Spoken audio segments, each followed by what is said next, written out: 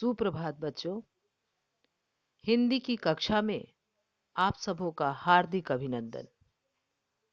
आज हम पुनः मधु कांकरिया रचित साना साना हाथ जोड़ी पाठ का अध्ययन करेंगे। प्रस्तुत पाठ में लेखिका ने सिक्किम की यात्रा का वर्णन किया है। बच्चों, अब तक हम लोगों ने जाना कि लेखिका जब तीस्ता नदी की धारा को छोड़ उठी तो थोड़ी देर बाद वैसे ही नज़ारे आत्मा और आंखों को सुख देने वाले थे। लेखिका को आश्चर्य हो रहा था कि पल भर में ब्रह्मांड में कितना कुछ घटित हो रहा था।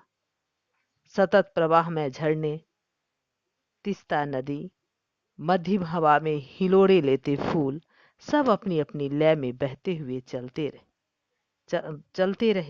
रहे का संदेश दे रहे थे। इस अलौकिक सौंदर्य को देखकर लेखिका को ईश्वर के पास होने का एहसास हो रहा था। अचानक उनका अतीन्द्रिय संसार जैसे खंड खंड होकर बिखर गया हो। चलिए पाठ का शेष भाग पढ़ें। दरअसल मंत्रमुग्ध सी मैं तंद्रिल अवस्था में ही थोड़ी दूर तक निकल आई थी कि अचानक पांव पर ब्रेक सी लगी, जैसे समाधिस्थ भाव में नृत्य करती किसी आत्मलीन नृत्यांगना के नुपुर अचानक टूट गए हों।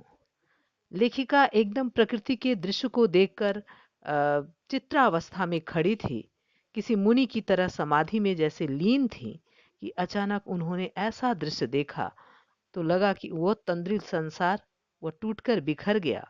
मानो एक नृत्यांगना के नृत्य करते हुए नुपुर अचानक टूट जाते हैं तो नृत्यांगना एकदम खड़ी हो जाती है। मैंने देखा इस अद्वितीय सौंदर्य से निरपेक्ष कुछ पहाड़ी औरतें पत्थरों पर बैठी पत्थर तोड़ रही थी। लेखिका ने देखा कि इस अद्वितीय सौंदर्य से हटकर कुछ पहाड़ी औरतें पत्थरों पर बैठी पत्थर तोड़ रही थी। गूथे आटे सी कोमल काया पर हाथों में कुदाल और हथौड़े। उनकी काया एकदम कोमल थी और हाथों में कुदाल और हथौड़े थे। कईयों की पीठ पर बंधी डोकों में उनके बच्चे भी बंधे हुए थे और अनेकों स्त्रियों के पीठ पर डोको थी, बड़ी टोकरी जिसमें बच्चे भी बंधे हुए थे। कुछ कुदाल को भरपूर ताकत के साथ जमीन पर मार रही थी। इतने स्वर्गीय सौंदर्य नदी, फूलों, वादियों और झरनों के बीच भूख, मौत, दैन्य और जिंदा रहने की अजन। यहाँ पर स्वर्गीय सौंदर्य बिखरा पड़ा था। नदी थी, फूलों थे, वादियों और झरनों के बीच ये पहाड़िनी औरतें भूख, मौत और दैन्य और जिंदा रहने की जंग से मानो लड़ रही थी। मातृत्व और श्रम साधना साथ साथ कर रही थी। मातृत्व इस प्रकार के बच्चों को डोकों में बांध करके वह भरपूर ताकत से कुदाल को जमीन पर मार रही थी। वहीं पर खड़े बीआरओ बोर्ड रोड ऑर्गेनाइजेशन के कर्मचारी से पूछा मैंने, यह क्या हो रहा है? उसने चुहलबाजी के अंदाज में बताया, जिन रास्तों से गुजरते हुए आप हिम शिखरों से टक्कर लेने जा रही हैं, उन्हीं रास्तों को ये पहाड़िनी चौड़ा बना रही हैं। तो उन्होंने बताया कि जहाँ से आप हिम शिखरों को देखने जा रही हैं इस मोटर से, वहाँ पर इस रास्ते में चलने के लिए पहाड़िनी औरतें ही इस रास्ते को आप लोगों के लिए बना रही हैं। बड़ा खतरनाक कार्य होगा यह, मेरे मुंह से अकस्मात निकला। अचानक लेखिका के मुख से निकला कि ये बहुत ही खतरनाक कार्य है।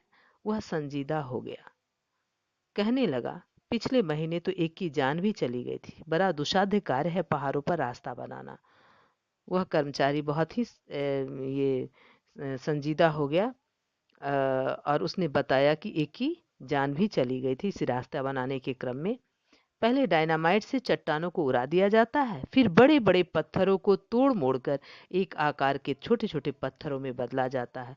फिर बड़े से जाले में उन्हें लंबी पट्टी की तरह बिठाकर कटे रास्तों पर बाड़े की तरह लगाया जाता है। जरा सी चूक और सीधा पाताल प्रवेश। माने इस तरह दुर्गम रास्तों में जाकर ये पहाड़ों को तोड़ करके ये डायनामाइट से उड़ा करके सड़कें बनाई जाती हैं। चलिए बच्चों, गृह कार्य नोट करेंगी।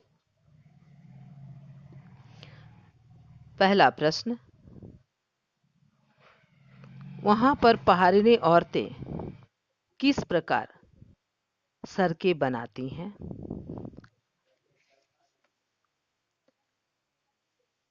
दूसरा प्रश्न,